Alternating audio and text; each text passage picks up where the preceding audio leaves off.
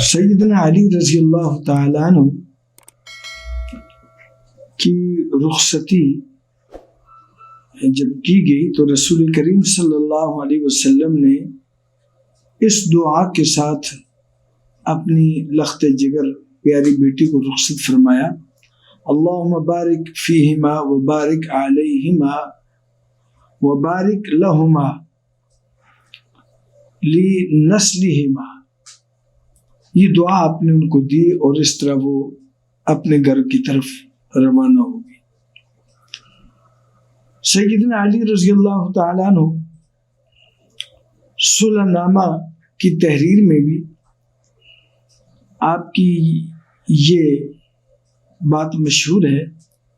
کہ رسول کریم صلی اللہ علیہ وسلم نے جب تحریر لکھوانی چاہی صلح نامہ کی حدیبیہ میں، تو سیدنا علی رضی اللہ تعالیٰ عنہ کو اس پر مقرر فرمایا اور اس تحریر میں جو لکھا گیا بسم اللہ الرحمن الرحیم، اور پھر آگے من محمد رسول اللہ صلی اللہ علیہ وسلم، اس پر اہل مکہ نے اعتراض کیا کہ اس تحریر سے الرحمن اور رحیم ان دو کو بھی مٹایا جائے اور محمد بن عبداللہ لکھا جائے، نہ کہ رسول اللہ۔ اگر ہم اس کو مانتے ہیں تو پھر ہمارے یہ اختلاف کیوں ہے؟ سیدنا علی رضی اللہ تعالیٰ عنہ نے اس کے مٹانے پر انکار فرما دیا کہ میں اپنے ہاتھ سے اپنے قلم سے اس کو نہیں مٹا سکتا۔ رسول کریم صلی اللہ علیہ وسلم نے بھی ارشاد فرمایا کہ علی، اس میں محمد الرسول اللہ کی جگہ محمد بن عبداللہ لکھ دو اور الرحمن الرحیم اس کو بھی مٹا دو اور صرف بسم اللہ کو باقی رہنے دو۔ تو حضرت علی رضی اللہ تعالیٰ عنہ نے کمال ادب سے ارشاد فرمایا کہ یا رسول اللہ صلی اللہ علیہ وسلم، مجھ سے یہ نہیں ہو سکے گا۔ تو نبی کریم صلی اللہ علیہ وسلم نے اس تحریر سے بذات خود اس میں تبدیلی فرمائی۔ یہ آپ کی نبی کریم صلی اللہ علیہ وسلم کے ساتھ، دین کے ساتھ انتہائی محبت کا ثبوت ہے اور انتہائی جرأت۔ پھر یہ خیبر کے معاملات آتے ہیں تو نبی کریم صلی اللہ علیہ وسلم نے ما قبل میں جن صحابہ اکرام نے حضور کے ساتھ صلح حدیبیہ اور ان اسفار میں ساتھ دیا اور معیت میں تشریف لے گئے، صعوبتیں برداشت فرمائیں، تو حضور نبی کریم صلی اللہ علیہ وسلم نے انہی افراد کو فرمایا کہ یہ اب خیبر کی طرف ہم نے کوچ کرنا ہے۔ خیبر کیا ہے؟ خیبر ایک بہت بڑا علاقہ ہے، جس طرح کہ ہمارے یہاں کراچی میں فیڈرل بی ایریا ہے، نارتھ کراچی ہے، اور یہ بڑے بڑے علاقے ہیں، بلدیہ کا علاقہ ہے، بہت بڑے علاقے ہیں جن کے کئی بلاک بنے ہوئے ہیں۔ تو یہ خیبر کا بہت بڑا علاقہ اور بہت ہی زرخیز علاقہ، اس کے اندر یہودی آباد تھے اور یہودیوں کے مختلف قبائل اس میں آباد تھے، اور یہودیوں نے خیبر کے علاقے کے اندر مختلف قلعے بنا رکھے تھے، اور جہاں کہیں بھی کوئی تخریب کاری کر کے آتا تو ان قلعوں کے اندر اس کو پناہ دی جاتی تھی، اور مسلمانوں کے لیے تو خاص کر یہ قلعے سازش کا منبع تھے، اور جو بھی مسلمانوں کو تکلیف پہنچاتا یا حملہ کرنے کی غرض سے آتا یا کوئی بھی مسلمانوں کو زج کرنے کے لیے کوئی بھی کام کرتا تو اس کو ان قلعوں کے اندر پناہ دی جاتی تھی۔ بے انتہا شفقت اور محبت والے نبی، درگزر والے نبی، جب حضور پاک صلی اللہ علیہ وسلم کی چشم پوشی، درگزر انتہا کو پہنچ گیا اور وہ اس بات کو نہ سمجھ پائے اور مسلسل اپنی سازشوں، مکاریوں، حملہ آوروں، اسلام مخالف قوتوں کو وہ پناہ دینے کے لیے استعمال ہوتے رہے۔ تخریب کاری کے لیے وہاں میٹنگ ہوتی تھی، تو مسلسل اس کی اطلاعیں جب رسول کریم صلی اللہ علیہ وسلم کی خدمت اقدس میں پہنچتی رہیں تو بالآخر یہ فیصلہ ہوا کہ خیبر کے ان تمام قلعوں کو ختم کرنا ہے اور فیصلہ کن اب ان کے ساتھ معاملہ کرنا ہے۔ چنانچہ رسول کریم صلی اللہ علیہ وسلم خیبر کی طرف نکلتے ہیں۔ بذات خود اللہ کے نبی اس مارکے میں شریک ہیں اور بڑے بڑے صحابہ کرام، حضرت ابوبکر، حضرت عمر، حضرت عثمان، حضرت علی المرتضیٰ اور دیگر بڑے بڑے صحابہ اس کے اندر شریک ہیں۔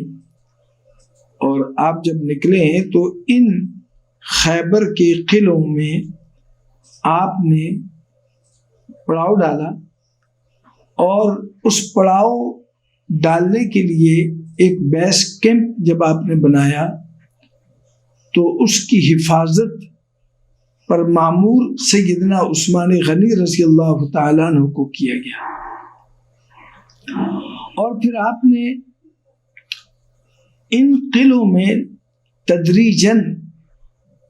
یہودیوں کو للکارنا شروع فرمایا، اور ان قلعوں میں بہت ہی زیادہ ان کا حفاظتی ساز و سامان تھا، حفاظتی وہ قلعے اپنا منہ بولتا ثبوت تھے۔ اور مشہور قلعے جو اس وقت خیبر کے اس علاقے میں تھے، مورخین نے تقریباً 12 قلعوں کا نام لیا ہے جو زیادہ مشہور تھے، باقی چھوٹے چھوٹے حفاظتی قلعے اس کے علاوہ ہیں۔ اور ان قلعوں میں ناعم قلعہ، اسی طریقے سے سموان، اصحاب بن معاذ اور حصن زبیر، اور اسی طریقے سے ان قلعوں میں القتیبہ نام کا قلعہ اور دیگر قلعے بھی تھے، جیسے حصن ابی، یہ بھی ایک بڑا نزار قلعہ، نطاط اور قموس قلعہ، وطی اور سلانم۔ یہ وہ قلعے تھے کہ جو اپنی کارکردگی کے اعتبار سے، مضبوطی کے اعتبار سے ان کو یہ سمجھا جاتا تھا کہ یہ مسخر نہیں ہو سکتے، ان کی تسخیر انتہائی ناممکن ہے۔ چنانچہ صحابہ اکرام نے سب سے پہلے قلعہ ناعم اس کی طرف متوجہ ہوئے، اور اس پر حملے جب شروع ہوئے تو مشہور صحابی محمود بن مسلمہ، یہ محمد بن مسلمہ کے بھائی ہیں، یہ اس قلعے میں مقرر ہوئے اور یہی اس کا سارا نظام حملے کا انہی کی ترتیب تھی، لیکن اتفاقاً ایسا ہوا کہ یہ گرمی تھی اور دیوار کے نیچے تھوڑا سستانے لگے، تو کسی یہودی نے ان کو دیکھ لیا تو اس نے اوپر سے پتھر پھینکا، جس کی وجہ سے یہ موقع پر شہید ہو گئے۔ بالآخر یہ قلعہ اللہ تبارک و تعالی نے ان کی قربانی رنگ لائی اور یہ قلعہ فتح ہوا۔ یاد رکھنا چاہیے کہ خیبر کی جو جنگ ہے اور اس کا جو محاصرہ ہے اور ان قلعوں کو فتح کرنے کا جو مدت ہے، تو تقریباً 1.5 مہینے کے لگ بھگ صحابہ اکرام نے ان قلعوں کا محاصرہ کیا اور پے در پہ حملے ہوتے رہے، آگے بڑھتے رہے، اور اہل یہود کی طرف سے دفاع جاری رہا اور وہ بھی برابر واپس حملہ کرتے رہے۔ اس کے بعد قلعہ نطات، اس پر محمد بن مسلمہ ان کے بھائی ان کو کمانڈر مقرر کیا اور انہیں کے ہاتھ میں جھنڈا بھی دیا گیا۔ 7 دن تک انہوں نے اس قلعے کو محاصرے میں لیا اور ہر طرف سے اس پر انہوں نے یلغار فرمائی۔ بالآخر اللہ تبارک و تعالی نے اس قلعے میں بھی کامیابی عطا فرمائی اور مسلمان سرخرو ہوئے۔ قلعہ صعب میں رسول کریم صلی اللہ علیہ وسلم ایک طرف دعاؤں میں مشغول ہیں، جس طرح کہ بدر میں آپ دعا میں مشغول ہو گئے، اور اسی طریقے سے اس قلعے میں آپ نے حضرت حباب بن منذر رضی اللہ تعالیٰ عنہ کو آپ نے مقرر فرمایا امیر، اور انہی کے ہاتھ میں جھنڈا دیا، اور جھنڈا دینے کے بعد حضور پاک صلی اللہ علیہ وسلم دعا کے عمل میں مشغول ہو گئے اور انہوں نے حملہ شروع کیا، تو اللہ تبارک و تعالیٰ نے اس قلعے میں بھی فتح عطا فرمائی۔ سب سے مضبوط قلعہ قموس ہے۔ رسول کریم صلی اللہ علیہ وسلم نے اس قلعے کی تسخیر کے لیے ارشاد فرمایا کہ بار بار کے حملوں کے باوجود اس قلعے کو مسخر نہ کیا جا سکا، فتح نہ کیا جا سکا، تو اللہ کے نبی صلی اللہ علیہ وسلم نے صحابہ سے فرمایا کہ کل انشاءاللہ میں ایک ایسے شخص کو علم دوں گا، جھنڈا دوں گا، جو اللہ اور اس کے رسول سے ٹوٹ کے محبت کرتے ہیں اور اللہ ان سے محبت کرتے ہیں، اور اللہ تبارک و تعالیٰ اس قلعے کو ان کے ہاتھوں فتح فرمائیں گے۔ صحابہ کو بڑی جستجو ہوئی کہ یہ کون شخص ہوگا کہ جس کے متعلق رسول کریم صلی اللہ علیہ وسلم کے یہ ارشاد گرامی ہے۔ صبح ہوئی، نبی کریم صلی اللہ علیہ وسلم نے فرمایا علی کو بلاؤ۔ چنانچہ سیدنا علی رضی اللہ تعالیٰ عنہ کے متعلق فرمایا گیا کہ یا رسول اللہ صلی اللہ علیہ وسلم، سیدنا علی رضی اللہ تعالیٰ عنہ آشوب چشم، آنکھوں کی بیماری میں مبتلا ہیں، اور وہ اپنے کیمپ میں آرام فرما رہے ہیں اور ان کو نظر نہیں آتا اور ان کی آنکھیں دکھ رہی ہیں۔ نبی کریم صلی اللہ علیہ وسلم نے اس کے باوجود بلا بھیجا، فرمایا کہ ان کو بلاؤ۔ چنانچہ ان کو بلایا گیا تو رسول کریم صلی اللہ علیہ وسلم نے اپنا لعاب مبارک ان کی آنکھوں پر لگایا اور وہ اسی وقت شفا یاب ہو گئے، اور ایسا لگا جیسے کبھی ان کو ان آنکھوں میں تکلیف ہوئی ہی نہیں تھی۔ چنانچہ رسول کریم صلی اللہ علیہ وسلم نے سیدہ عائشہ رضی اللہ تعالی عنہا کے دوپٹے کا جھنڈا بنایا اور اس جھنڈے کو سیدنا علی رضی اللہ تعالی عنہ کے ہاتھ میں دیا، اور آپ نے دعائیں دے کر سیدنا علی رضی اللہ تعالی عنہ کو رخصت فرمایا۔ حضرت علی رضی اللہ تعالی عنہ نے اس قلعے پر حملہ کیا اور مختلف یہود کے بڑے بڑے بہادروں نے یک کے بعد دیگرے آپ کے ساتھ مقابلے کے لیے نکلے وہ، اور بڑے مشہور نکلے۔ مرحب بھی اس کا نام بھی انہی بہادروں میں آتا ہے، اور جس کا کوئی یہود کے ہاں ثانی نہیں تھا بہادری میں۔ تو سیدنا علی رضی اللہ تعالیٰ عنہ نے ان کو بھی پچھاڑا اور سر تن سے جدا کر دیا، اور پھر اللہ تبارک و تعالیٰ کی مدد یہ ہوئی کہ وہ قلعہ فتح ہو گیا۔ رسول کریم صلی اللہ علیہ وسلم کی دعا بھی تھی۔ سیدنا حضرت عائشہ رضی اللہ تعالی عنہا کے دوپٹے کا بھی معاملہ تھا کہ وہ بھی حضور صلی اللہ علیہ وسلم کی حرمت کی ایک علامت تھی۔ اور پھر اس قلعے کے فتح ہونے پر بعض دیگر روایات بھی کچھ ملتی ہیں جن میں لکھا گیا کہ حضرت علی رضی اللہ تعالیٰ عنہ کے ہاتھ سے تلوار گر پڑی، اور آپ اس تلوار کو تو اٹھا نہ سکے، البتہ آپ نے اس قلعہ قموس کے مین گیٹ دروازے کو آپ نے پکڑا اور اس کو اپنی ڈھال کے طور پر استعمال کیا۔ یہ جو اس قسم کی جو چیزیں یہ روایات میں آتی ہیں، یہ تمام کے تمام موضوع اور من گھڑت ہوتی ہیں۔ آپ سوچیں کہ وہ قلعے کا دروازہ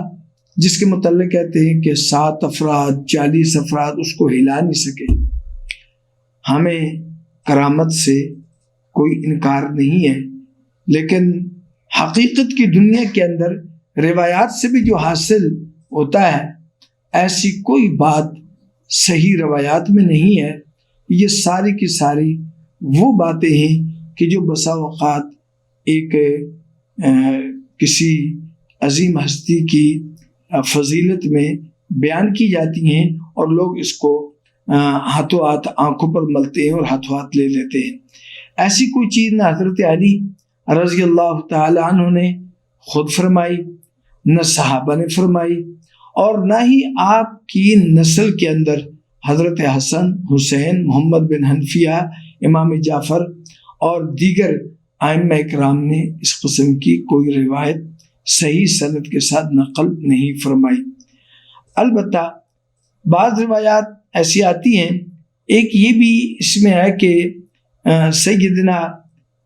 علی رضی اللہ تعالیٰ عنہ فتح عمرۃ القضاء جب مکمل ہو گیا، ٹائم وہاں ختم ہو گیا، تو اہل مکہ نے کہا کہ جی اب آپ واپس جائیں۔ تو حضور پاک صلی اللہ علیہ وسلم نے واپسی کے لیے جب کوچ فرمانے لگے، تو وہاں ہی آپ کے چچا حضرت حمزہ رضی اللہ تعالی عنہ کی صاحبزادی عمارہ بنت حمزہ یہ پیچھے سے دوڑتی ہوئی تشریف لائی،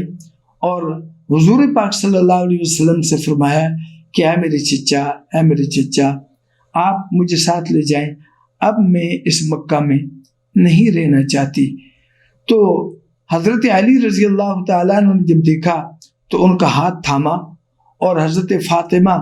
رضی اللہ تعالیٰ عنہ سے فرمایا کہ یہ چچا کی بیٹی ہیں، اور ان کو آپ اپنے ساتھ رکھو، اور یہ ان کی کفالت ہم خود کریں گے۔ جبکہ اسی کے ساتھ ہی حضرت جعفر طیار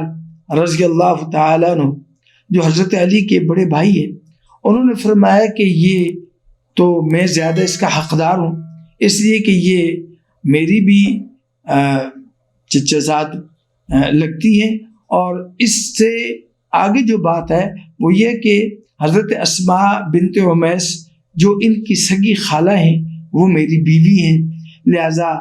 میں زیادہ مستحق ہوں کہ ان کی کفالت میں اپنے گھر میں کروں۔ حضرت زید بن حارثہ رضی اللہ تعالیٰ عنہ فرمانے لگے یا رسول اللہ ان کی کفالت کا میں زیادہ حقدار ہوں عمارہ کا، اس لیے کہ حضرت حمزہ کو آپ نے میرا بھائی مقرر فرمایا، اور وہ میرے بھائی ہیں تو اس اعتبار سے یہ میری بھتیجی ہیں، لہٰذا ان کا میں زیادہ مستحق ہوں۔ رسول کریم صلی اللہ علیہ وسلم مسکرائے، اور اس کے بعد آپ صلی اللہ علیہ وسلم نے ارشاد فرمایا کہ خالہ جو ہوتی ہے یہ ماں کے قائم مقام ہوتی ہے، اس لیے عمارہ کو حضرت جعفر طیار رضی اللہ تعالیٰ عنہ کے سپرد فرمایا، اور پھر ایک تینوں حضرات کے لیے آپ نے ان کے لیے ایک بہترین کلمات ارشاد فرمائے اپنائیت کے، اپنے تعلق کے۔ وہ کلمات کیا تھے؟ سیدنا علی رضی اللہ تعالیٰ عنہ کو فرمایا، علی انت منی وانا منک، علی تو مجھ سے ہے رشتہ داری میں، تو میرا داماد بھی ہے، اور میں تجھ سے ہوں، تیری رشتہ داری مجھ سے، میری رشتہ داری تجھ سے۔ تو فرمایا کہ علی انت منی وانا منک، میں تجھ سے ہوں۔ حضرت جعفر رضی اللہ تعالیٰ عنہ کی طرف متوجہ ہو کر فرمایا کہ تو شکل اور اخلاق، فرمایا کہ اشبہت خلقی و خلقی، تو اپنی تخلیق کے اعتبار سے، اپنے اخلاق کے اعتبار سے تو مجھ سے زیادہ مشابہت رکھتا ہے۔ اور حضرت زید بن حارثہ رضی اللہ تعالیٰ عنہ کی طرف آپ نے دیکھا اور فرمایا کہ انت اخونا و مولانا، آپ ہمارے بھائی ہو اور ہمارے آزاد کردہ غلام ہو۔ ایک موقع پر ارشاد فرمایا حضرت علی رضی اللہ تعالیٰ عنہ کو کہ اما ترضى ان تکون منی بمنزلۃ ہارون من موسیٰ، فرمایا کہ تو اس پر راضی نہیں ہے کہ تو میرے لیے اس طرح ہے جس طرح کہ ہارون علیہ السلام حضرت موسیٰ علیہ السلام کے لیے ہیں۔ اب اس حدیث کے ایک ٹکڑے کو لے کر بعض لوگوں کو غلط فہمی ہو جاتی ہے کہ حضرت ہارون چونکہ حضرت موسیٰ علیہ السلام کے خلیفہ تھے، تو حضرت علی بھی رسول کریم صلی اللہ علیہ وسلم کے خلیفہ بلا فصل ہوں گے، کیونکہ حضرت ہارون اور حضرت موسیٰ کے درمیان کوئی اور نہیں تھا، تو حضرت ہارون حضرت موسیٰ کے درمیان کوئی دیگر اور کوئی بھی نہیں تھا، تو لہٰذا حضرت موسیٰ کے خلیفہ حضرت ہارون علیہ السلام ہیں۔ تو انہوں نے اس سے یہ سمجھا یا لوگوں کو سمجھایا کہ جس طرح حضرت ہارون حضرت موسیٰ کے خلیفہ ہیں، اسی طریقے سے حضرت